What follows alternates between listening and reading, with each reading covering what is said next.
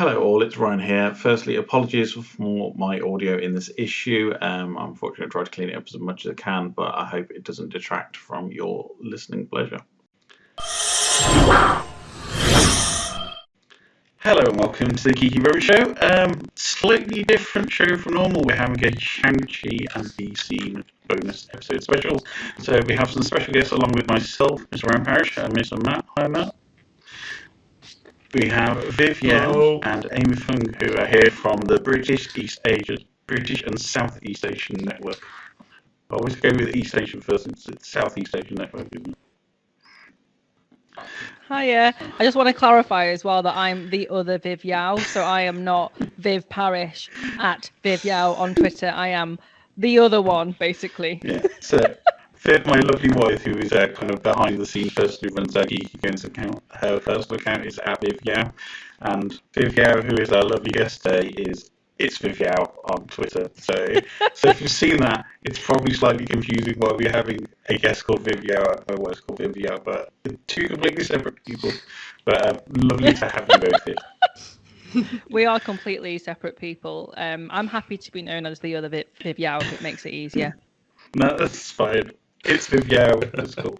Yeah, I'm surprised the negotiations haven't started like Mark Zuckerberg with Wave on who gets to own the name. Trademark. I know, because I really wanted just Viv Yau on Twitter and then Instagram, and then it was taken. I don't know whether she's taken it on Instagram, but when I looked on Twitter, I was like, "Ah," because I changed it last year. It used to be Viv the Div, and then that was my brand for a good few years. And then I was like, "It's time to grow up. I'm 30 years old," so then I changed it to my actual name. Yeah, I was very lucky because there's not many Ryan Parishes with one R in the UK. I think I had a proper Google of my name, and the only thing I could find was a minor league baseball player in the States. But I managed to beat into my Twitter. So it's like I've been on Twitter since 2009. It's like this is mine now.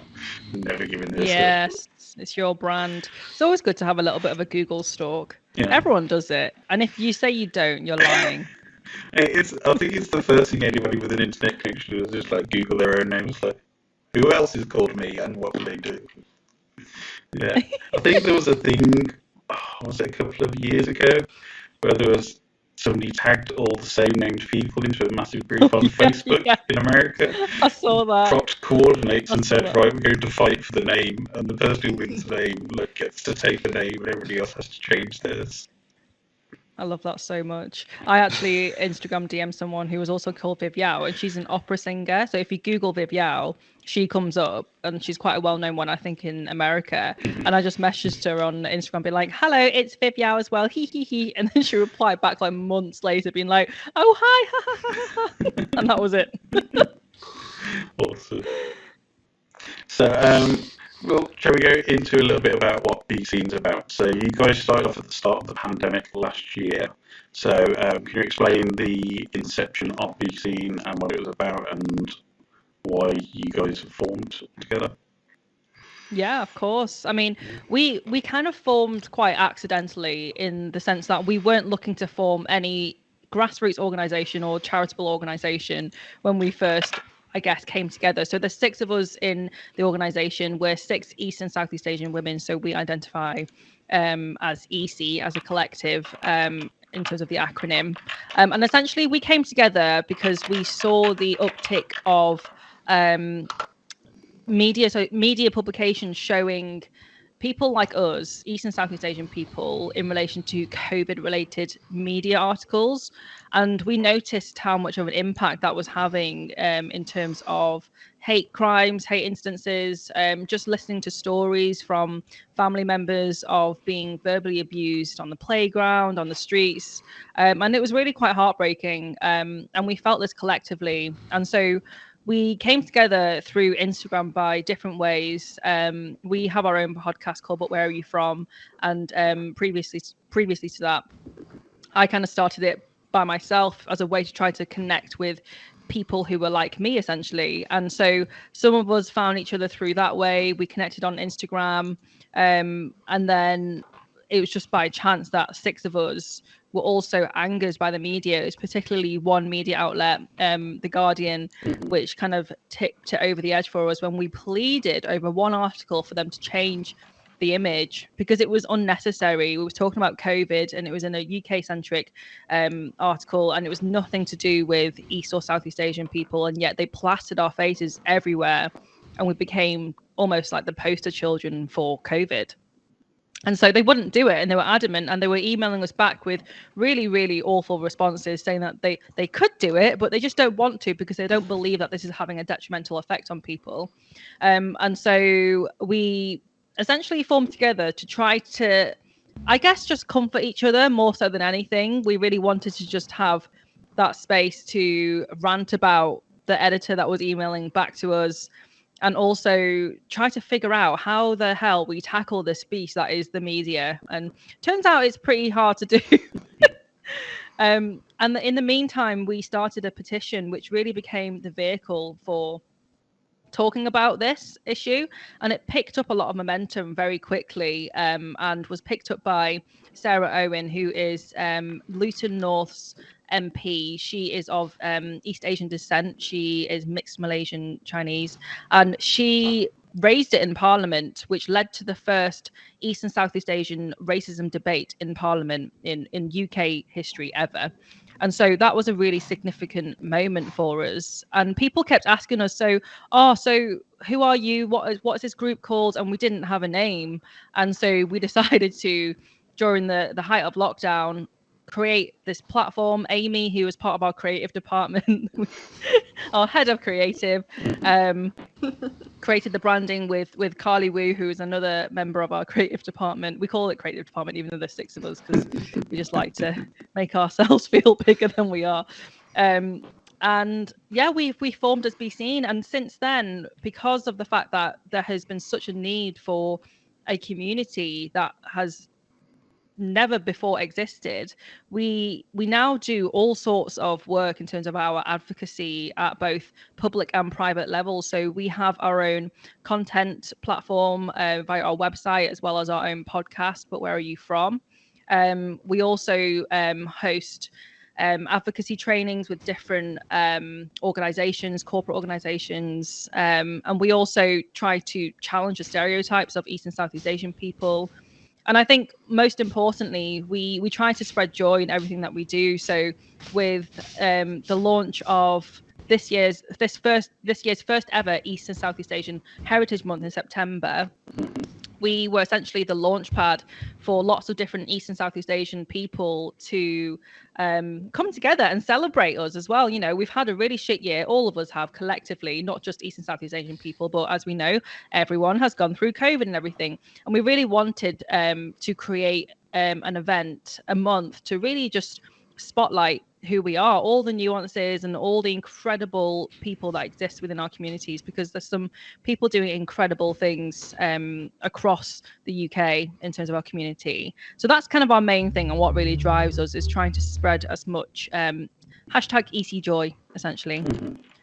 Yeah, I mean, I know personally because my wife Shay's mentioned this previously, and it's quite close ties to Chinatown, which is one of the larger Chinatowns in the UK, and the businesses from January last year, it was complete deserted ground. People were not going to Chinese restaurants or anything because it was all about this COVID panic of fear, and it was a horrible situation, especially as my wife's British born Chinese, and she's first generation British born. Her parents are from Hong Kong and Guangzhou originally, and it's the second and third generation of people who've been here. I mean, there's people in Chinatowns across the country been living here for 150, 200 years. There's got multiple generations living here, and then we're feeling the brunt of that.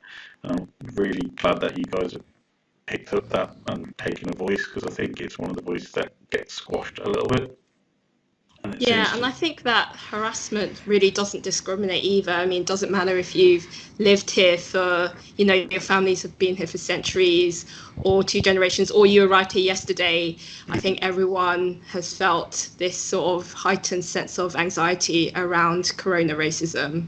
Yeah, definitely. And yeah, I'm really glad that voices come out of it and some positive work. And what it sounds like you're doing is very good, positive for the community and positive as an outreach as well, rather than just it being debated then thrown away and having that constant ongoing. So being 18 months now or longer for you guys as a force. Just a quick one. So in sort of the last 15, 18 months you've been established, has there been any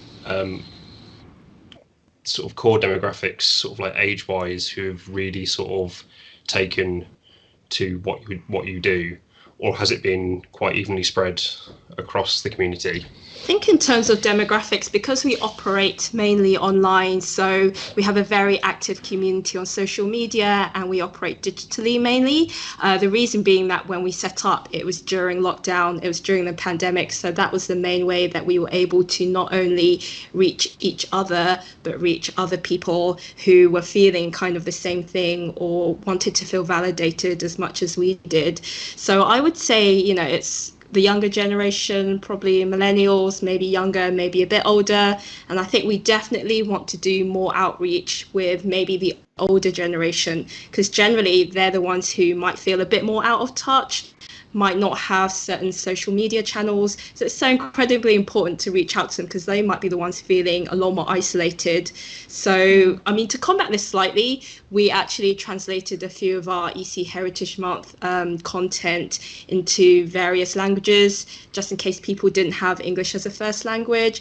But there's so much more that we can do. And we have to go again at grassroots level, really reach out via community groups, community centres who are doing incredible work, but might not necessarily have the capacity to maybe have an active social media presence. So there's a lot that we could do, I think, to do that outreach work.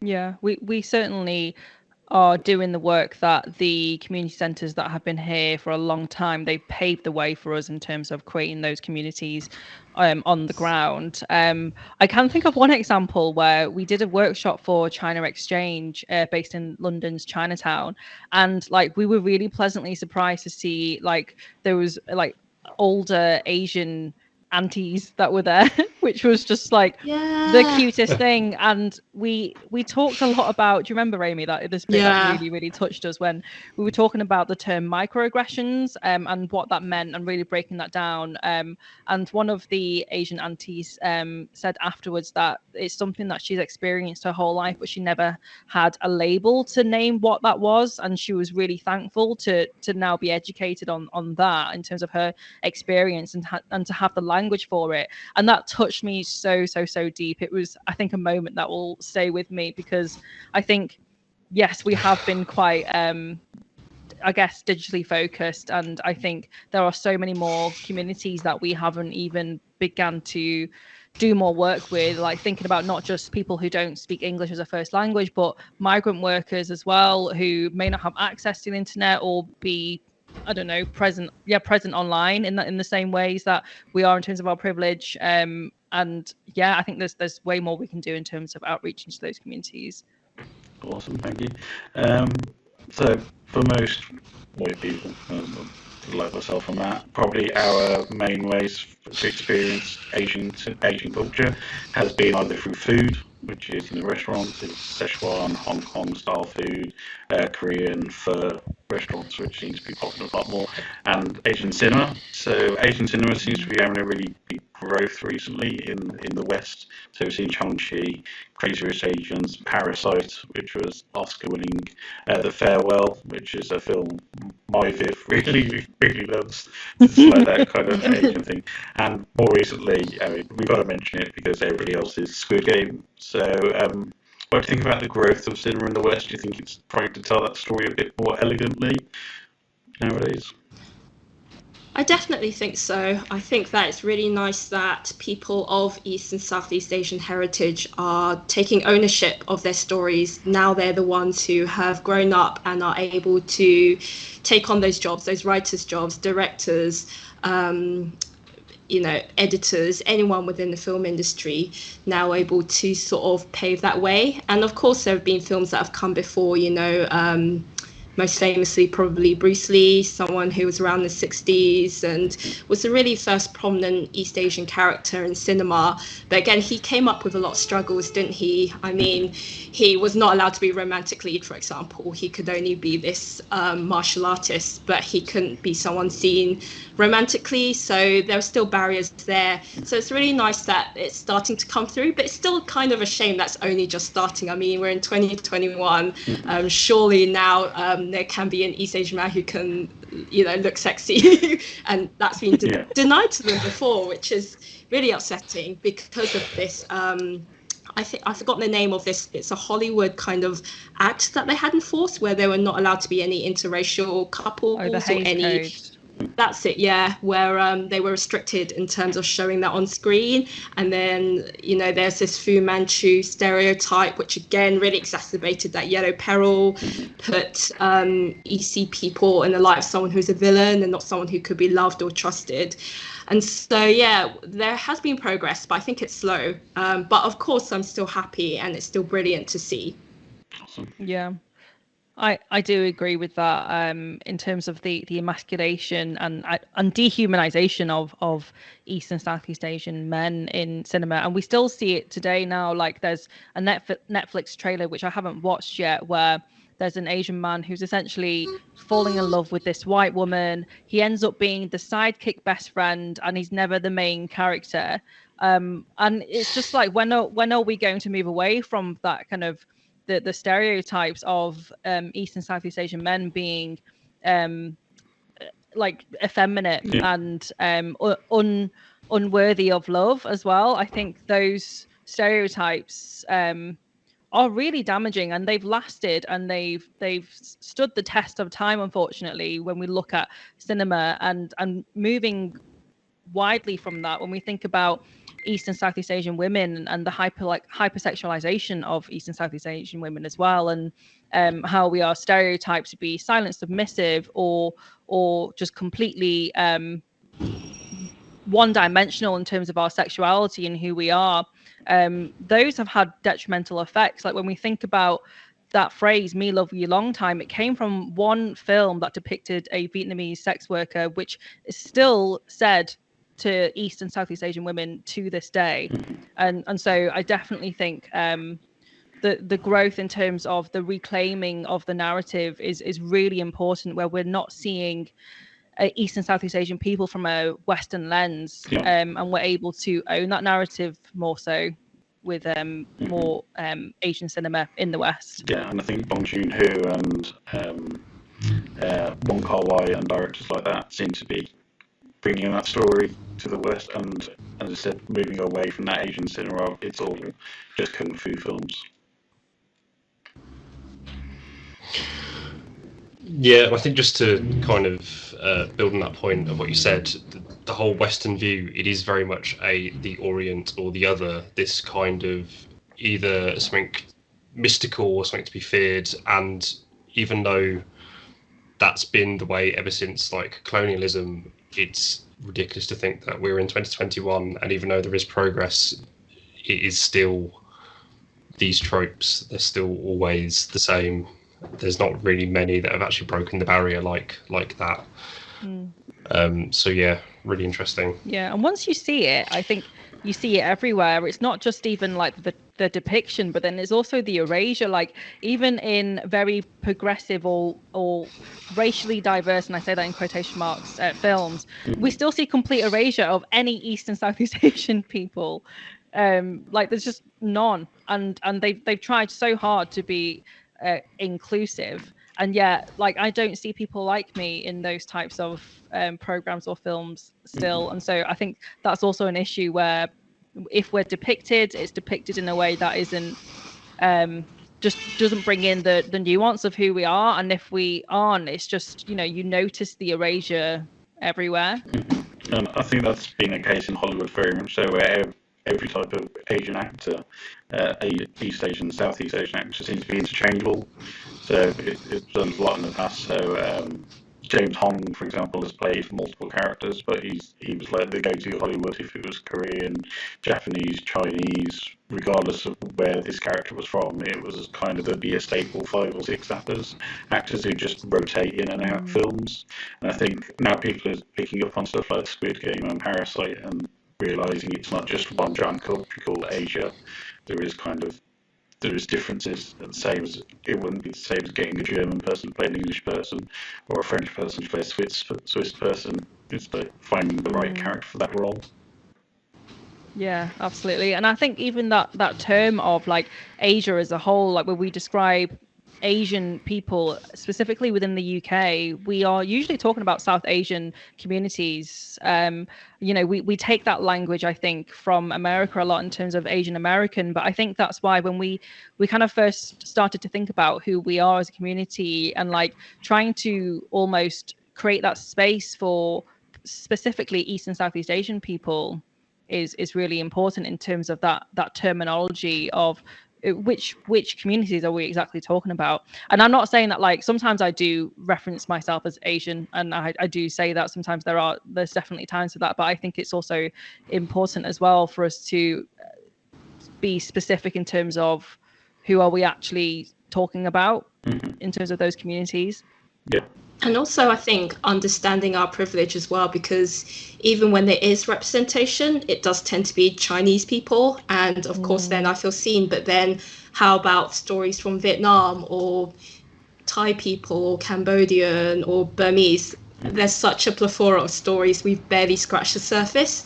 So it's so important to be aware of demanding better, always asking for more, because although it's great to be seen on screen, there's so many more stories out there. Yeah, I totally agree. Like, I know we're probably going to go into this talking about Shang Chi.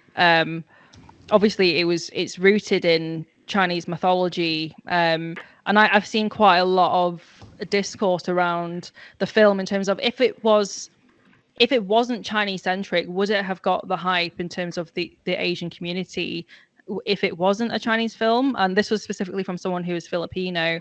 And then also them talking about why are there no Filipino Marvel superheroes at all? Why can't there be? So definitely agree with that in terms of, I guess, the over-representation, not over-representation, but just the spotlight of Chinese theatre and Chinese films as well. I know there are lots of mixed feelings as well about Raya, because that it's a Disney film, Raya, which is based on Southeast Asia, and it sort of amalgamates a lot of different Southeast Asian countries in one. But the main actors in that, were East Asian.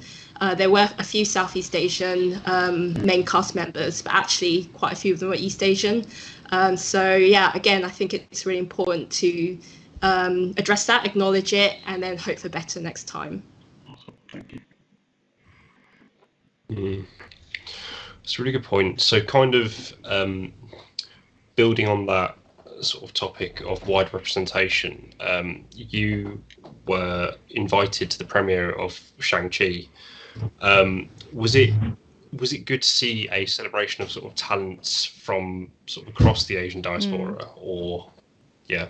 Yeah, I mean, it was incredible, firstly, to be invited to a premiere. Like, that is just something that's not in our day-to-day lives. You don't go to premieres all the time? No, do you? Yeah, I go every day, yeah. And so... Typical Tuesday. When it came about, and bearing in mind we've been doing this work in terms of, like, I guess building our advocacy work for probably over a year at that point, or nearing up to a year, like, we hadn't had many perks to doing this, believe it or not.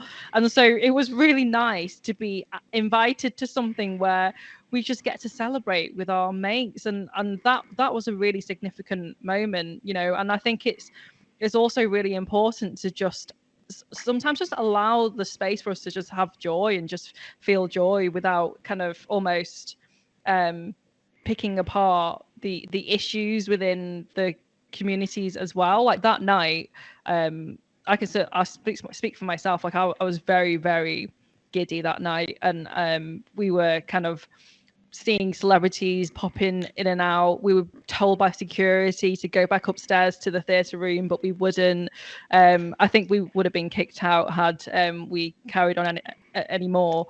But one of the best moments was seeing Benedict Wong, and he has been a massive supporter of besean's work. He shared our work before, and just a big advocate for our work, which is just incredible. And so when we saw him, he recognized us. He was like, "besea," and we were like, "Yeah, that's right." No, we were slightly more high pitched and much louder than that. Yeah. We got a bit handsy with him as well. But yeah, I think it was just an incredible moment to be able to just celebrate with our friends, and it wasn't just besea, but it was also just people that we know within the EC community who were invited as well. So that was incredible to be able to be invited to something like that, and to just be in a room of majority East and Southeast Asian people watching a film in like the UK that is meant for a Western audience. It was just incredible. A Marvel film at that was really, really incredible. Like we were really riding on that wave for a long time after that. And then the next day so Amy had the privilege of speaking with Simu Liu, which was just incredible. And then I interviewed Destin, the director, which was, again, we tried to put on we do this all the time. Yeah, we're just going to get put in a Zoom room with some really famous people. This is cool. Yeah. We had no chill. We had absolutely no chill. No, we didn't. We were a gaggle of screaming people. We were, every time we saw someone, we saw Sandra Oh, we were like, Sandra! But yeah, Fala Chen was amazing though. She did come over, so nice. Took a picture of us. But after interviewing Simu, I actually only had 3 hours sleep that night. So I had no choice but to be really calm because I just had no energy left. But we did give him a good grilling, so I'm quite proud of that. It's really cool. Yeah. So one of my favourite characters in the film, when we Zoom, is played by Tony Leung, who I know traditionally from watching Wong Kar-wai films such as In the Mood for Love 2046. Do you think it's a refreshing change to have a dramatic actor take over the role in one of these Marvel films rather than going with a more well-recognised action star, someone like Jackie Chan or Chow Yun-fat or Jet Li, getting a proper dramatic actor involved? Tony Leung, I mean, what a legend. How amazing. Incredible to see him on screen and just to see him being appreciated by so many people, not just people who recognise him from his past work, but a whole new audience who may not have been aware of his previous work.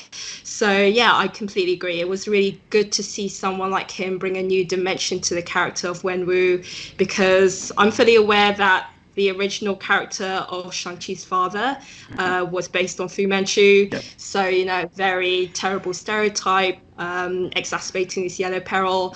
And so it's really nice that they subverted that story and made him a bit more of a complex character. He wasn't necessarily your standard supervillain. He had complexities, and essentially Shang-Chi is a family drama, just with like some dragons chucked in and some mythical creatures. Yeah. And I think he really gave a lot of gravitas to that role.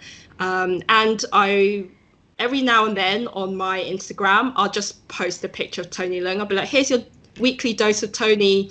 And I've had people message me going, I've just discovered him. He's amazing. And I can't wait to discover his old works. And it's so hard to try and recommend his films to people because I can literally go on for days and be like, okay, you gotta watch this and that. So it is so exciting. I think having grown up seeing his face on screen to actually going to cinema and seeing him appreciated more widely.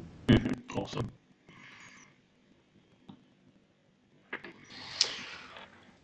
Yeah, I think just picking up on kind of what you said about the whole subversion. So do you think a lot of sort of Western audiences kind of expect Asian-focused movies to just be sort of action films, with influence of studios such as like the Shaw Brothers and Golden Harvest, and have actors like Bruce Lee, John Woo, Tony Jaa, that kind of thing.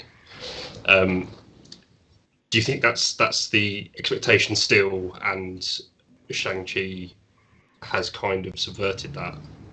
Yeah, I mean, I think in terms of Shang Chi and how they managed to reclaim it, because the way that they depicted the martial arts, the Chinese mythology, just the stories and the symbols of Chinese culture, it was done in a way where people really knew their stuff. And I think that's not accidental that it was directed by someone who is of East Asian heritage. Daniel is mixed Hawaiian Japanese. And I think that if it was directed by someone who wasn't, would it have had the same effects? So I definitely think there's a reclaiming of being able to take that narrative in terms of action movies and really honoring it and doing it justice.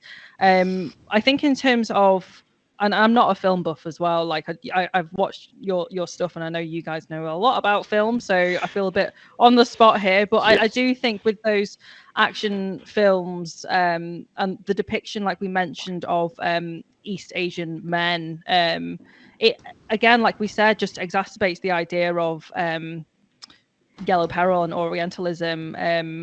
East men are seen as threatening, calculating, devious, or like the perpetual foreigner, like in all those films that you've mentioned beforehand. And so I do think we need to move away from that now. And we need to move away from that by doing things like having directors and producers and actors who are actually from those backgrounds, and who are able to actually bring in lived experiences into those films and actually be able to do it justice. Like just thinking about Shang-Chi and all the little small moments that I don't know whether people who aren't East or Southeast Asian would have noticed, but like taking your shoes off by the door, or eating congee in the morning with your family, all those small things really makes our communities feel seen. You just don't see that in the depiction of East and Southeast Asian people in typical Western films. And so I think we need to see more of that. We need to see more of those nuances of our communities depicted in these types of films, and moving away from just the depiction of very one-dimensional characters like we've previously seen in Hollywood. I think speaking of nuances too, although I really appreciate the martial arts, I appreciate the way that people like Bruce Lee and Jackie Chan have paved the way. Their films are obviously of their time, and Shang-Chi now is almost trying to bridge that gap of, there are second generation kids who have slightly different experience, who may not fully speak the language of their heritage, like Mandarin or Cantonese or whatever that might be. I actually would love to see a push for even more nuance, because there might be people who come from East or Southeast Asian heritage, but might not recognize those small cultural markers that Viv has mentioned. For example, they might be transracial adoptees. They just might not, for various reasons, one reason or another, and they might be mixed ethnicity. They will have an experience that is very different from how it is traditionally portrayed in film. So it'll be really great to see more of those stories too, of people who live in a Western country and don't necessarily have that extremely strong connection. Some like me included. I don't do martial arts. I don't always, have congee every day for breakfast. Just a regular person. It would be great to just see that normalized as well. That is such a good point, Amy. Even though I had congee like 2 days in a row and dim sum today. But just thinking about a scene in Shang-Chi when Awkwafina's character mentions how she can't speak Mandarin at all. And I think that is like a big problem within any kind of like a minority diaspora, where there's a certain gatekeeping when it comes to the food, the language, the culture, an expectation and a higher expectation that people of color are expected to know where they come from and everything else, the background and everything. And so I think that was a particularly significant moment, where it was like a recognition of, actually, we are so multifaceted, that we're not all Mandarin speakers. And then there was also a moment in it where Ronnie Cheng's character mentioned about how he can speak ABC and all this kind of stuff, so American-born Chinese. Moment, and yeah, I love Ronnie Cheng when he did his own stand-up series on Australian TV, and I can't remember what it was. It was basically him being an international student at an Australian university. That's a really good show. I think it's on Netflix. Worth checking out. Sorry to interrupt. Sorry, been there. No, that sounds good. But yeah, absolutely. I think it's really important to also recognise what Amy mentioned before, I guess, about the gatekeeping of cultures essentially, and language and everything else. Awesome. Going back to more of that family style situation, the show which I loved, which is on CBC in Canada, Netflix over here is Kim's Convenience, which me and my wife loved very much. But the final series just aired recently, and seemingly was very vocal about the quality of the writing and the issues that surrounded the season, where the plots became very unsympathetic, and it fell back towards those stereotypes. And then Inish Choi, and Kevin White is one of the producers with Inish Choi, who wrote the original stage play. He's gone off to do a spin-off series, but he's only taken the main white character to create that spin-off series off the back of what was a very Asian-led cast. How do you think producers and writers can make sure that stuff like this doesn't occur in the future when writing those kind of family shows? I watched Simu. I think he did a IG live, I think, to camera, talking about that situation where he found out that it had been, the series had been stopped and not renewed. And you could tell that they were so invested and that they were so passionate about the project. I know that various members of the cast were offering, to be in the writer's room, to maybe even direct an episode. So it would be a great opportunity for those writers and producers to give up space and say, hey, you can own the story. You've played those characters, you know them as well as anyone, and allow them to give expand their characters the way that they saw fit. And yeah, I think that's it, isn't it? It's about giving up space and about allowing the show to go through an evolution, and to acknowledge that perhaps if you're a writer who's not of the ethnicity of the people you're writing, maybe to think about the fact that perhaps someone who is or identifies with that culture will be in a better position to maybe expand on those themes. And so, yeah, I think there's a lot to be done in terms of allowing people of colour into those writers' rooms, to give them a bit more power, to allow them to tell those stories. And I think there's this idea of maybe white writers and producers thinking we know or they know what's best for their audience, where we've seen with Parasite that that's not necessarily the case, and the same with Squid Game, is that you can be, Korean or Chinese or Thai, whatever, and be able to tell the stories in your voice, and it will definitely or still appeal to a Western audience. And so it's really great to see that movie and a show like Squid Game coming through and proving that, and it can still be popular. So fingers crossed we'll see that continuing going forward, especially for British, East and Southeast Asian writers. I don't know anything about the whole issues around Kim's Convenience, but I think, I can only imagine, aside from the investment of them in terms of actors within the production, but to be outcast in that way, I think it's just exacerbates that feeling of othering as EC people that we experience every single day. Those microaggressions of just always being left out of things is something that I personally experienced growing up, and almost not realizing that was a feeling because it became so normalized. So I think it's it's really kind of heartbreaking to see that happen, where white people have colonized and taken over something that wasn't theirs to take. So yes, talk about that sort of production value and bring it back to Shang-Chi. So the script was written by Dave Callahan and directed by Destin Daniel Cretton, and they both worked to kind of update the comic book source from what you were saying earlier, the kind of generic stereotypes, the whole yellow fever of the villains and that kind of thing, to give it a bit more of a modern spin. and the cast is made up almost entirely of East Asian actors. So with that in mind, do you think there was anything Shang-Chi could have done to kind of better represent across the board, from, you know, writers, actors, development, actual story, content? Yeah. I think that's a really interesting question, because I feel like these types of I think films that showcase a background that is non-Western are almost held to a higher standard. I wonder, with the question that we should be asking instead is, how can we think about Hollywood or films in general to better represent East and Southeast Asian people or any marginalized groups in their films? Because, you know, there's a big problem that we need to do there first before we start almost picking apart the representation in terms of Asian majority production cast films. Having said that, I do think and acknowledge that it's made a huge impact across the East and Southeast Asian diaspora. But, you know, like any form of representation, we can always strive to do better and bring in more nuance. And like we mentioned before, the film is rooted in Chinese mythology and background martial arts, etc.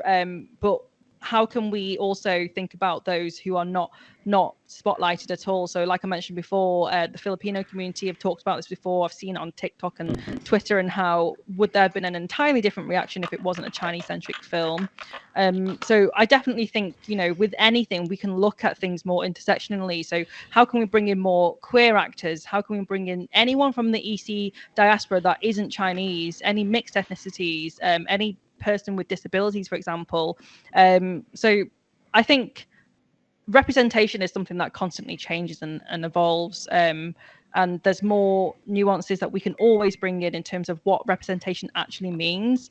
But like we mentioned, with the work that Destin Daniel Crescent did, deserves so much credit. You know, him being of mixed Hawaiian Japanese descent, it's that type of off-screen representation that is super important. And if it was someone who was white, for example, perhaps they might not have done as much work in terms of their due diligence in research and the depiction, and doing it such justice as well. So I think, yeah, there's a bit of both there, where of course we can always do better, but also, you know, let's also celebrate this moment and think about the wider scope in which this film sits in terms of Hollywood as a whole. I definitely think we should be pointing the spotlight towards them instead and being like, well, what can you do actually to help East and Southeast Asian people? So, as you mentioned at the premiere, you had some really high-profile British East Asian actors support you. So Benedict Wong, who is Wong in Shang-Chi, and the Doctor Strange movie is coming, Multiverse of Madness, very soon. Gemma Chan, who was in the Captain Marvel film as Minerva, and she's even going to be in the Eternals on the big screen as Cersei. So both are British-born East Asian actors. Do you think this will inspire another generation of British-born East Asian and Southeast Asian people to see those people on screen representation and say, I can also be on screen, I can find a career in the arts and make their voice heard a bit more? Absolutely. I think that's so inspiring what they're doing and leading the way, and they're so active in this space of, you know, talking about their identity and the way it's you know, maybe held back their career, or maybe it's limited their options, and also just to see them succeed. And there's so many grassroots organizations who are already helping those British East and Southeast Asians with their careers, be it in front of the camera or behind. There's an organization called Beats. There's East by Southeast. There are various theatre companies. One is called New Earth Theatre. So the talent exists, and it's definitely out there. And working with besea.n, I've been able to be exposed to so many of these great companies and, you know, watch various shows. For example, recently I saw a musical called Tokyo Rose. It was talking about the experience of Iva Toguri, who it's a story that not many people know about. It's not one that's been told in schools, but her story is really extraordinary. I won't go into it because it's a really long and complicated one, so I encourage anyone to look it up. But it's things like that which are coming through, and it's really a case of you have to actively seek it, because more often than not, those kind of shows don't get promoted as much or don't have as big a platform. Where I saw that musical was quite a small theatre, you wouldn't see that somewhere in the West End, but that's what we need to push for. And so I think what we can do now as an audience is to actively seek that and to make conscious decision when we are consuming media to look for those stories that are not really told as much or we don't get to hear as much, because I've certainly experienced so many great stories just from being, working with besea.n and having this platform. Yeah, I agree as well. And I also watched the same musical too, and seeing a majority cast of East and Southeast Asian women on stage is something that I've never seen before. Like I've watched so many musicals, so many shows, and it's part of my pastime. I love doing that. It's the first time I've ever seen it like that. And I think about, like, for example, I watched Miss Saigon. I don't know whether anyone's aware of it. That was the closest that I've ever been in terms of seeing people like me on stage. And that musical in itself, whilst brilliant in its own right, is very problematic in its history and the depiction of East and Southeast Asian women. And so being able to see a true story, an incredible true story of Iva Taguri, is just like I think it speaks to people like me in a way that you can't quite comprehend. You feel quite emotional when you watch stuff that represents you. So yeah, definitely agree that we certainly can be doing more. And had I had this type of representation probably when I was younger, when I used to do musical theatre myself, like perhaps I would have carried on pursuing it harder, because I knew that it was actually possible. Like I wasn't very talented at it, but I enjoyed doing it. So you never know where it could have gone. But yeah, I definitely think that we can bring more voices to the arts in that way. Yeah, after I saw Tokyo Rose, I was like, I want singing lessons. Yeah, I mean, we're very lucky. That's so good. We're very lucky to have cinemas like the Belgrade Theatre in Coventry and the Mac in Birmingham. So the Mac is our Midlands Arts Centres, and they'll have like full-on East Asian cinema or theatre productions turn up, because it's a revolving thing. So we're lucky to have that in this. But as you mentioned, that's not going to reach a lot of people because it's city-based. Yeah. I watched Tokyo Rose in the Birmingham Hippodrome, actually. Oh, right. So it was slap bang in the middle of Chinatown. Oh, really? Yeah. Yeah, big love of the Hippodrome.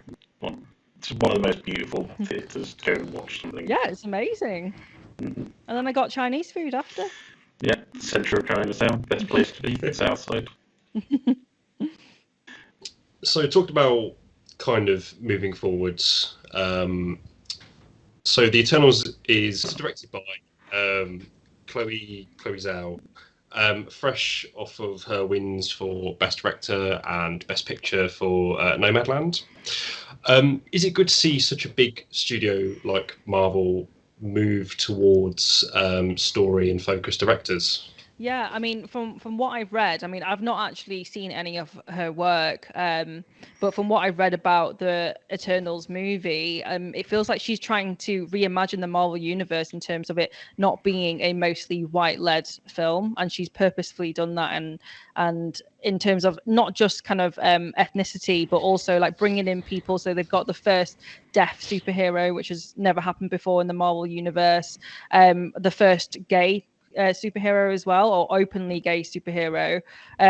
So I definitely think it's if it wasn't someone who had Chloe's background, who seems to be somewhat of an anthropologist in terms of she really cares a lot about how people are depicted and people and society as a whole, would we have such an incredible cast? And it's also the first ever, I think, South Asian superhero as well within the Eternals. I'm not sure whether that's 100% correct, but yeah, I think again, like in terms of the work that she's done, I've read some reviews recently, and obviously being an Oscar winner, reading the reviews of Eternals, it just feels like there's so much pressure for holding women of color to a higher standard again. I've not seen great reviews so far for Eternals, and I wonder why that is. I've obviously not seen it. I think there's been a lot of review bombing, mainly because there's LGBTQ characters in there, and as you said, it's a diverse cast, and she's been very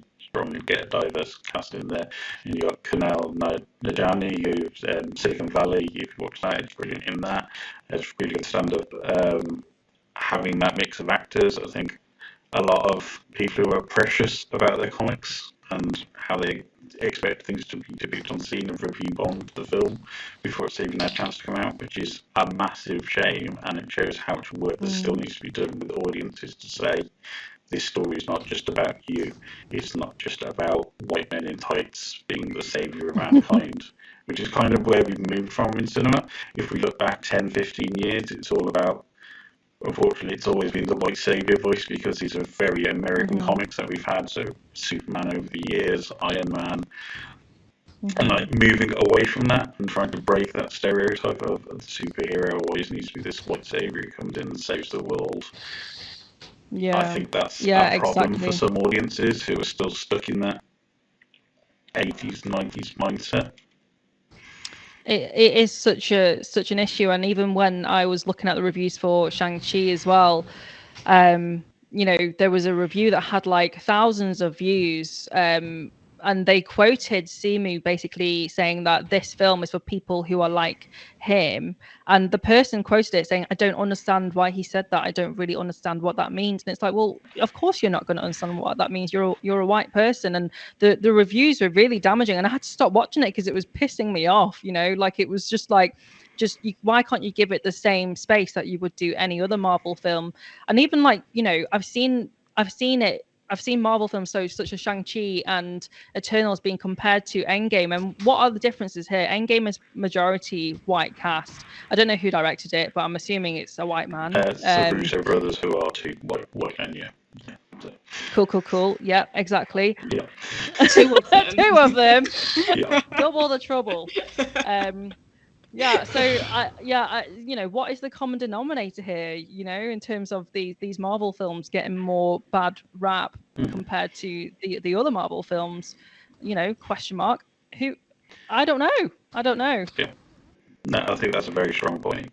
And unfortunately, comic book fans are rabid, and they are very protective of their source material, and it can even be within the comics themselves. So quite recently we've had the new Superman, who's Superboy in the comics, has become the new Superman. He's come out as a bisexual character, and there's a massive anti-reaction to that because he's a LGBTQ character, but it's Superman, so people are like, well, Superman can't be gay, it's Superman. And it's like, people are still stuck in that kind of mindset of things won't change through comics, and it's very frustrating to see that. Yeah, I had this interaction actually with a person at a pub. I don't know, they were a friend of a friend. We were talking about the James Bond film, and he was like, you know, I don't know about you, but you know, I reckon the next James Bond should always be a white male British man. And I was just like, just repeat that again. But you know, he was so adamant because his argument, again, much like these comic fans, was that it's staying true to the books, which apparently are very problematic within themselves and written in a completely different era and time. It's bringing the 1950s character into modern day, and I think we spoke about this off air a few weeks ago, which was James Bond doesn't work anymore in modern cinema, and he will never work as a character. And I think that the way they wrapped up the Daniel Craig era of Bond was nice, but it now means they can reset that and they can move on to something different, because you can't be the Sean Connery style of James Bond in now. You can't be that globe-trotting, alcoholic, woman-beating agent, because it's reflective of a time that no longer exists. And unfortunately, as you said, some people are going to have to put on big boy pants and grow up and realise that the stuff of their youth isn't for them anymore. And this, again, the same with the Marvel comics and the DC universe and all these kind of films.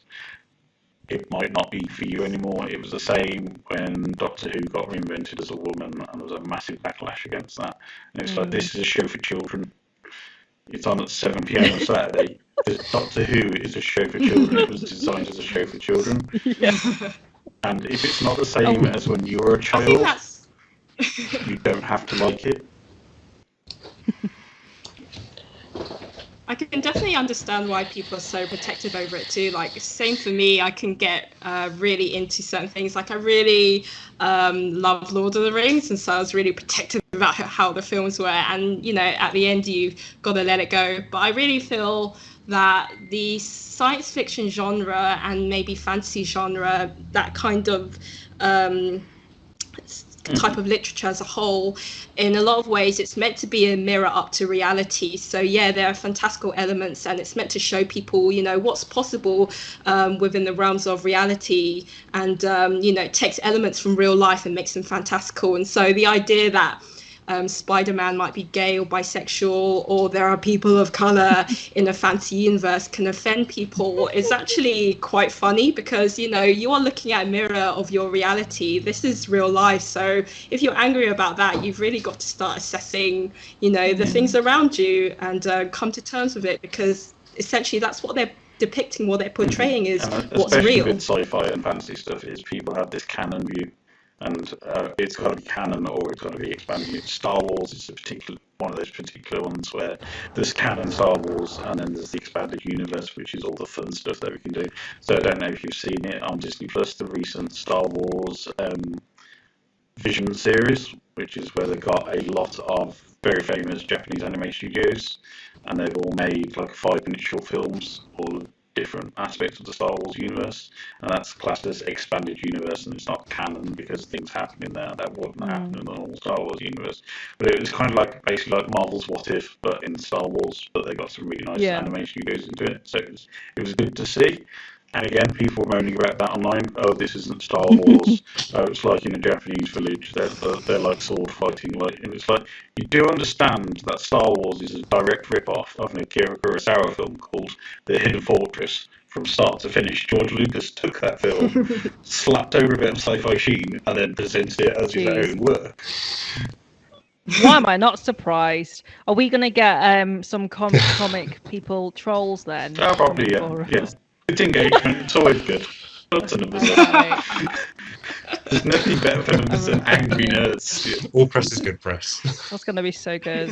Right. So to wrap around back to probably our original conversation, we talked about Chloe Zhao a few minutes ago.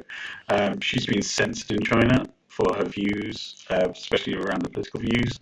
And do you think there's going to be a massive conflict soon between the political part of China and the creative view of China, and how it's really struggling? And we've seen the umbrella process in Hong Kong, and we've seen this really strong lean towards more of a focused political view of China. And I don't think even Shang Chi got shown in China, because Simu Liu has previously made comments about how he doesn't like the way the Chinese government work. Do you think that's going to come to loggerheads at some point, in like how the creative side of China conflicts with the political side? I mean, I think it's continuing. Conflict has always happened and will continue to. And I have to say, whenever I come across anything that is touching on the topic of China, say I might be scrolling on social media, I'll see someone is posting something about China, I'm already on tenterhooks, I'm already tense, because I'm anticipating it's going to be maybe something derogatory, something about the political party, the CCP, and I don't know why I do this, but I scroll through the comments just to see if there's a glimmer of hope of maybe people aren't going to be, throwing racist remarks or comments. And of course it's there, and I can only speak for myself, but it is a really difficult conflict, because I think that so many people conflate what the government might do with a huge population of people, like massive amounts of people who are all very different, so many different ethnic minorities as well within China, and then that's not to mention people within the diaspora. So there's just such a range, and you can't really boil down one view of a country and associate it with absolutely every single person who lives in that country, and may agree or disagree with the actions of the government.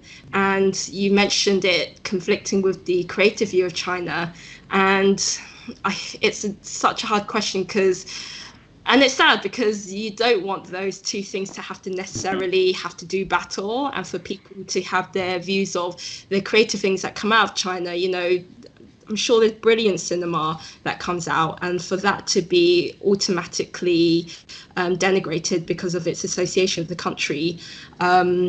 So I really hope that in the future it doesn't happen, and that people will be able to detach their thoughts and feelings of how they've been influenced to think about China, to prevent them from seeing, whatever comes out of that country in terms of creative output. I think it's so important to try and have a wider perspective. And I understand that it's going to be hard to separate the two things, but definitely be open and understanding that a lot of the time people want to put creative content out there just for you to enjoy, and understand there's a political agenda that might be at play or might not be, but take it at face value maybe and give it a try. I think that's the best that you can hope for, is that people will just be open. I mean, in the UK itself at the moment, we're heading towards a similar situation with the loggerheads of the current government and the way BBC stuff. So, like, the MASH report got cancelled, which was a show hosted by Nish Kumar, which was very left-wing, leaning political, and there's a very much political decision in part of that, on the case of lefty humour and woke humour is being trampled on a little bit in our current arts. And there's been multiple examples of how our current Prime Minister has been shown to have racist views in the past in some of his articles that have been in the past. And we can disassociate British art with British politics, but we can't seem to do that with other areas of art, which I always find a big shame. Yeah, I totally agree with that. And I again, same as Amy, have very similar feelings when it comes to anyone who asks me about China and its politics, because, my politics is British politics, and even then, I don't know fuck all about British politics. Your focus, there seems to be like kind of like a really difficult. People find it really difficult to separate Chinese people with the CCP, and like, I don't understand why that is. I really don't understand why that is. And I've had it myself where people have asked me to tell my government, i.e. the Chinese government, to, stop the concentration camps of Uyghur Muslims, for example. I've had Chol say that to me on my Instagram before. And it's just, there is, again, that kind of like the conflation between me being racialized as Chinese and then also being connected to the Chinese government when, I was born here. I was born in Warrington, of all places. I have a UK passport. And yet, the kind of like the opinions, wanting the opinions of, Chinese people in terms of the government that they don't have experience in, I find that like a really confusing take on things, because that's not my politics, like, I don't know. I think it's somewhat of a common experience, maybe not for everyone, but certainly maybe in this case, is that because you are from a minoritized community, people expect you to have an opinion on whatever political thing is going on within the country of your heritage, regardless of where you're from. So yeah, I'm from the UK, I was born here, but even if I were someone who just arrived yesterday from China, I think it would be unreasonable for anyone to expect one person to represent all of the people of China. So whatever my opinion might be, it's going to be totally different from the next person and the next person, but you're almost expected to have to represent everyone.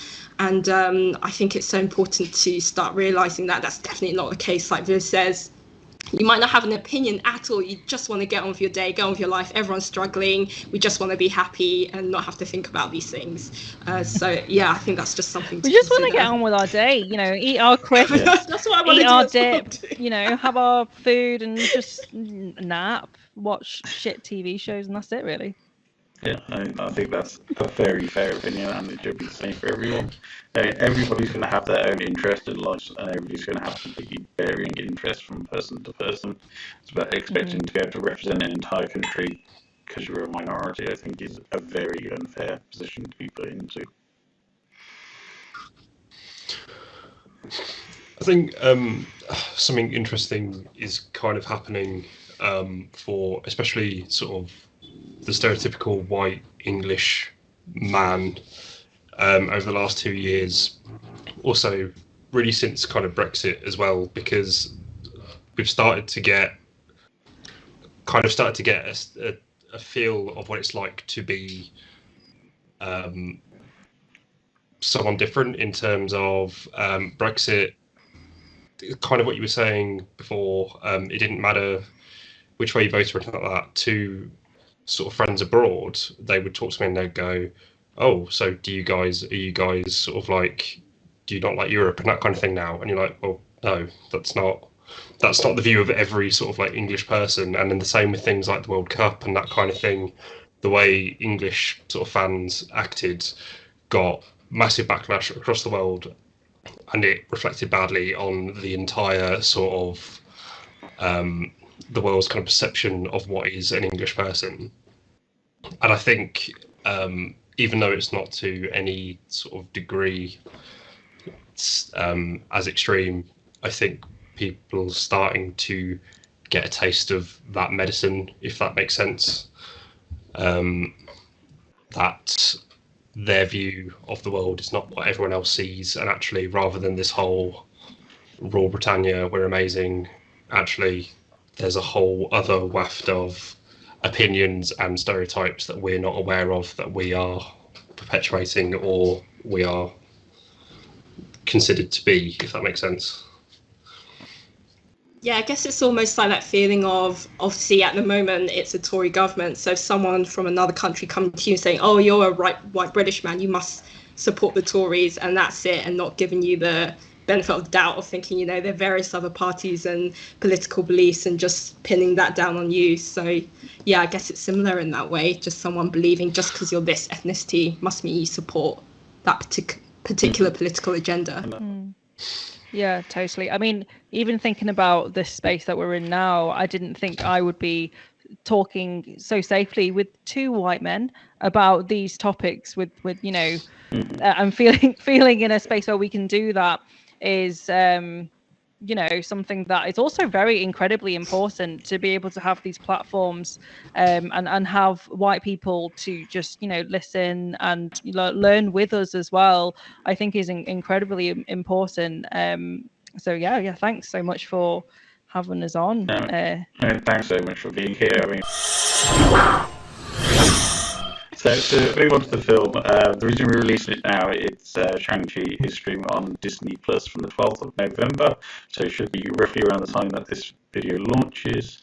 As we mentioned, stars Simu Liu as Shang Chi, or Sean as starts off the film, Awkwafina as Katie, Menga Zhang as Xu Jialing, Fala Chen as Yi Li, Michelle Yeoh as Yunnan, and Tony Leung as Zhu Wenwu.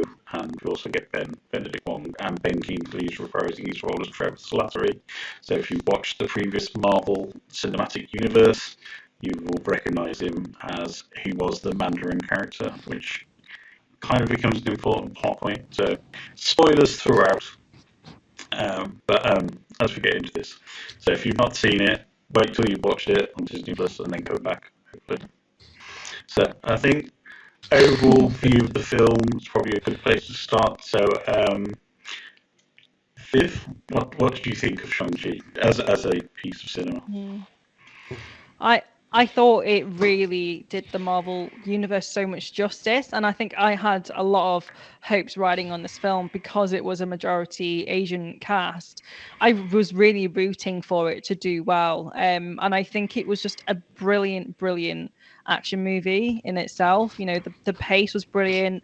I really enjoyed the scripting and the dynamic between the characters as well, and I also really enjoyed how they brought in personally a lot of Mandarin speaking parts as well. There was a lot of the film that had Mandarin speaking scenes, which was really cool. You don't see that often to that extent. So yeah, I really loved it. I thought it did it justice. And Amy, so big fan of the film? No, I hated it. No, I'm just kidding. Emotion. Awful. No, I completely agree with Viv. I love the unapologetic use of Mandarin, and that it actually took out quite a portion of the movie, which really surprised me. And like Viv as well mentioned, that there are various nuances with the language as well. So one character not fully being able to speak it, and so many Easter eggs. I think there are so many scenes where I just recognize small various things. I guess small spoiler alert was that, you know, I saw the poster for Kung Fu Hustle in one of the scenes, and then I know that the rings on the arms, that's one of the major characters in Kung Fu Hustles, that he uses that as his weapons. And there's also another character, really major Hong Kong actor, who actually doesn't have a very big part, although he speaks completely Mandarin in the film. He's also in Kung Fu Hustle. So it's just things like that where it's actually so complex, and I think on the surface it's a brilliant Marvel movie. It's an action movie through and through. So regardless of whether you identify as East or Southeast Asian or anywhere else, you'll enjoy it if you like action movies. But it's sort of kept giving. It's a gift that kept giving.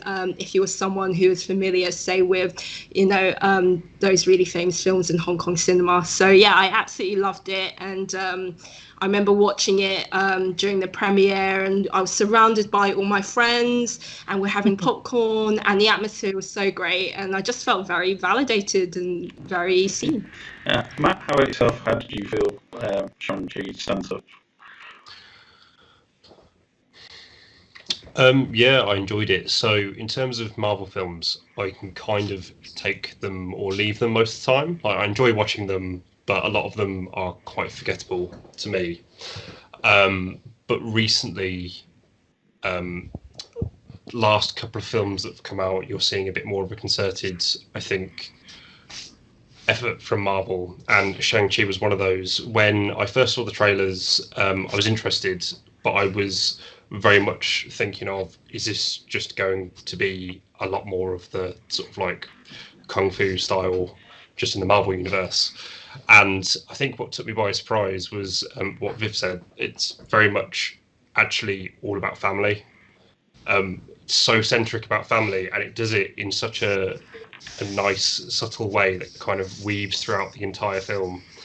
And the action sequences themselves, kind of what we said before, they pay homage to a lot of the sort of Asian cinema I watched growing up, but in a tasteful way. They sidestep the negative stereotypes. So you had the kind of some of the graceful aerobatics from like Crouching Tiger, Hidden Dragon or House of Flying Daggers, mixed with sort of homages to, let's say, Old Boy and that kind of cinematography. So I just thought it was a really interesting blend and something that gave the sort of Marvel tropes a bit of a refresh, really. I mean, for me personally, coming from a Marvel Cinematic Universe lens, because I've been in it since 2008 now, and I think I've consumed every single bit of the Marvel Cinematic Universe at least 2 to 3 times now. This was our kick-off for Phase 4, really, if you think about it. So we had Endgame, we had Spider-Man Far From Home, which was more of an epilogue to that, and then we had the Black Widow movie, which was pretty much a callback. And this was our big first theatrical piece of Phase 4, excluding WandaVision and Captain America, Winter Soldier. And so, and doing an origin story is always going to be an issue, because there's been 20, 30 superhero origin films by now, and everybody's bored about having an origin film. Everybody's bored knowing about how a superhero is created. And I think this took that and flipped it on its head completely. We already had the character of the Mandarin from Tony Slattery in Iron Man 3, and we've had the Ten Rings as this kind of thing. And I think a lot of people were very upset, who are comic book fans, going back to how we said earlier about the Mandarins, that Fu Manchu character of, is this Asian guy who meddles and dabbles and is from seen in the background. And it's a very pivotal moment in that film. Then we have Wenwu played by Tony Leung, and he's basically talking about the whole Ten Rings plot in Iron Man to Iron Man 3, and it's all kind of like, you see how kind of annoyed he is that that's happened, but he's not surprised at the same time, and there's a really good family dining scene around that, and it's kind of like, he's taking the 10 rings back for himself. I think that was very well done. But Awkwafina, perfect comedy for Simu Liu. Simu Liu I loved from Kim's Convenience. That's who I was introduced to him. When I said he was picked Shang-Chi, I was very, very, very happy to hear that, because it's a role he's been dying to have for years, and I think he pushed himself very much into that. If you ever seen his Twitter or his Instagram, it was pretty much, hey Marvel, I exist. You have these Asian comic book characters, and I think I might be a nice fit. Look at me, I've seen Lulu. You might notice me as an actor, and I think him getting that role is kind of the validation of having that kind of strong actor. And like how you mentioned about the lack of masculinity with characters, I think Simu Liu, very strong, very masculine character in this. And even Tony Leung plays the character in a very soft way, and it's all about heart, and it's all about family, and it's all about him wanting to reconnect that family. But he still comes across as a very masculine, very strong character without having to go to those old tropes and old stereotypes. So to me, it was a brilliant way for him to be introduced to the film without introducing the Marvel Cinematic Universe, without it being the same old origin story done over it again and again and again. I think I'd love to also, I would say even more than maybe even Simu and Tony, is actually the presence of the female characters. So Michelle Yeoh, Fale Chen, Awkwafina, among they were all incredible, and really I think commanded the screen when they were on, and particularly the scenes with Michelle Yeoh. Obviously she's a massive action. Every second she was on there, it was her screen, and everybody else was acting around her. Yeah. I completely agree. And there's this one scene where she's sort of doing some martial arts with Simu Liu, and it's almost like she's handing him the baton and saying, you know, this is your ground now, this is your platform. And not only in the movie, but also feel like being an actor on the whole is saying, you know, now you can go forth, do what you need to do. And I thought that was really beautiful, worked on so many levels. And yeah, every single one of them, all the women were just so incredible. Awkwafina not being the standard love interest character and just being Simu Liu's friend, do you think that worked really well? Yeah, and as well as that, also being the driver as well, because that stereotype of Asian women not being able to drive. I also wonder whether that was a purposeful thing for her to be the main driver of the movie. I thought that was really cool to see. I mean, we get that with them both being valets, and it's a nice, a nice clap back to that stereotype of, look, we're valets, we drive cars for our living, that's what we do all day. We park cars, and going against that terrible stereotype. But not having her as a love interest, and actually having her as her own strong female character. Just like the whole thing when he says, I need to go back to China, I need to see what's going on, I need to go to Macau and find my sister. And Awkwafina's like, so when do we fly out? Rather than just waiting for do you want to come along? It's the case of, no, she's going, and she's going to accompany you, and you don't have a choice in this matter. I think that was well done. Absolutely. Yeah, I really think she brought that comic relief, and like, you know, the short moment that we see her with learning how to shoot a bow and arrow with the old man. That scene. It really killed me. It really killed me. That was really, and also the fact that Awkwafina was the one who shot the arrow to kill the thing, the flying thing. The dweller in the darkness. Dragon. It's called a dragon. Yeah. Like, that was so cool that she was the one to do that. And do you think they handled Trevor Slattery, which is Ben Kingsley's character, quite well? Ben Kingsley is a very great comedic actor in this film, and him and his little pet are Morris, who is actually Chinese mythology. I think he's what's known as a Hunan or something like that. I think the little winged, faceless thing has been in Chinese mythology previously. Do you think they handled that quite well, about how, like, that whole Mandarin character, if you've seen Iron Man 3, where he was like portrayed as this big Eastern mystical man, and it just turns out he's a bloke from Liverpool who likes the Beatles?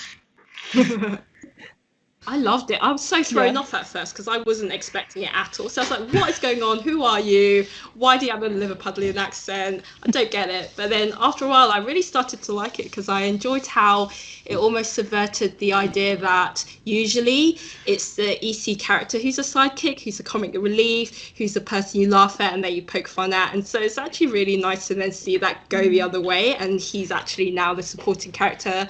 I know he's somehow the court jester, I think, almost. It's like I'm not sure exactly how, but he was then taking on that role. And although I'm still kind of confused by it, it's okay. I still enjoy it. I think having like the Iron Man films, if you've not watched those, it's probably a bit of a odd diversion to why he pops up. But I think if you've got that connection back to the MCU, you're probably going to have a little bit more connection with that. Watch those. I don't remember him being in it, so maybe that's why I don't get the link, and it was equally as confusing for me, but also like surprisingly nice as well. Yeah. As someone from Warrington who's pretty close to Liverpool, I was like, I identify with this somehow. There's a great scene where like the big final battle's happening and he's on the floor pretending to play dead. Morris keeps running around and is like, shh, play dead with me, and like grabs it. That would be me. That would literally be me. But oh, I was so excited by the mythical creatures, though, when they go into that other world where Shang-Chi's mother is from. And then you see that I think one of the first ones is the Kalen. So it's like a part lion, part horse with several tails. Like, it was so incredible to see to being revealed that way. And again, it really lent that sort of that reverence towards that culture, but done in such a, I think, respectful way. I really love that. Awkwafina was just standout for me. Just every single scene she was in was just fantastic, but also the way, like I said before, like her treatment, and kind of when she took the Thor, like we talk about the, she shot the final arrow. If you compare it to previous Marvel films like Endgame, and you had all of the women come together to punch Thanos, it's very tokenistic, and I think it dragged on a bit too long. They kind of almost tried to do good, but they overburdened it. And I think the nuance again of, I don't say about the female characters, but Awkwafina development particularly was just fantastic, and for me it's just my favourite character possibly in the Marvel universe. The only weakness for the film, I think, Mega Zhang's characters didn't get enough screen time. I agree with that. Do you think the ending scene, so after the credits, it's giving us a clue of what's to come? Maybe she's going to have a bit more space in the next movie. I think the 10 rooms are going to be a much bigger power coming into the Marvel Cinematic Universe later on. And I think this is the other thing is not nobody in this film is squeaky clean at all. That's the other thing that we see. We see Simu Liu's backstory about how he was trained as an assassin by his father, and he goes off to assassinate his mother's killer. There tends to be a focus on this idea of family honor when it comes to films about East and Southeast Asian family, I dishonored my father and things like that. And I know Simu Liu did a Reddit AMA Ask Me Anything, and they were like, obviously in King's Convenience you had issues with your dad, and in this film it's with Tony Leung, he's like, I'm the king of daddy issues. So I think it would be really brilliant, I think, to give more complex stories. I think subject matters that have been touched on before that aren't related to family honor. I want to see more from Talo as well, and the actual village itself, and how they came to be, and more about the whole mystical world. Because I think that would be a really nice storyline to see that, and it's just so magical in that place. So more of that as well. That's kind of the same. I'd love to see more of the mysticism, because it's kind of a similar thing to Guardians of the Galaxy, where what I loved about that was it took it into the sort of universe kind of element. So we were in space, but still within Marvel, and that sort of opened the door for so many other sort of realities and that kind of thing. And then that's where I feel like this could go in a really nice way, where it can go into a mystical, like really far into mysticism, and yet still have grounding in Marvel. But I suppose for something else, I'd be happy with anything in a sequel as long as it's given the same sort of care and attention that this, the first one obviously has. And I hope that sort of trope carries forward into more Marvel films, because you do see Marvel anyway, maybe not necessarily Disney themselves, but Marvel as an offshoot has slowly started to mature a bit more in its storytelling. Is there anything else you'd expect going forward from Shang Chi as a character? I think I'm someone who I like to go into movies not expecting anything really much. I know that especially movies like this where there's so much hype, because you don't often come across a film based on EC characters. I think I hope more so behind the scenes that they'll bring on more storytellers who are East and Southeast Asian, more nuanced storytelling, and hopefully I think just expand on a really good foundation that they've created. I'd like them to hire me also as a costume designer. I think I could do a really good update on his outfit. I really love the fact that they didn't give him a mask, they didn't cover up his face. So, he really was truly representing. Cool, thanks very much, guys. That's really great for having you on board. Where can we find more about besean and what you guys are up to in the future? You can head to our website, besean.co.uk, or you can follow us on Instagram. We are at besean with a dot between the A and the N, or on Twitter, and where we have an underscore in between the A and the N. Or you can find us on our podcast. If you search "But Where Are You From?" it will come up with 3 seasons of the podcast so far, so you can go back and listen to those. Wow, we're already on season 5, so that's a lot of good names. Nice. Too well, guys. Links will be in the description below. And how about your own personal social profiles? So where can we find you guys online? I think you're more likely to find me active on Instagram. So I am at _Amy_Pix, Pix, or at a little bit sketchy on Twitter. I can't change my Twitter name. It's the one that I had. It was like Viv the Div, but it's my version of it. So that's where you'll find me. You can find me on at It's Viv Yau. So not at Viv Yau, very confusing. So I'm across that on Instagram and Twitter. Awesome. Thank you very much. Been very appreciated to have you on, and hope to get you back on in the near future.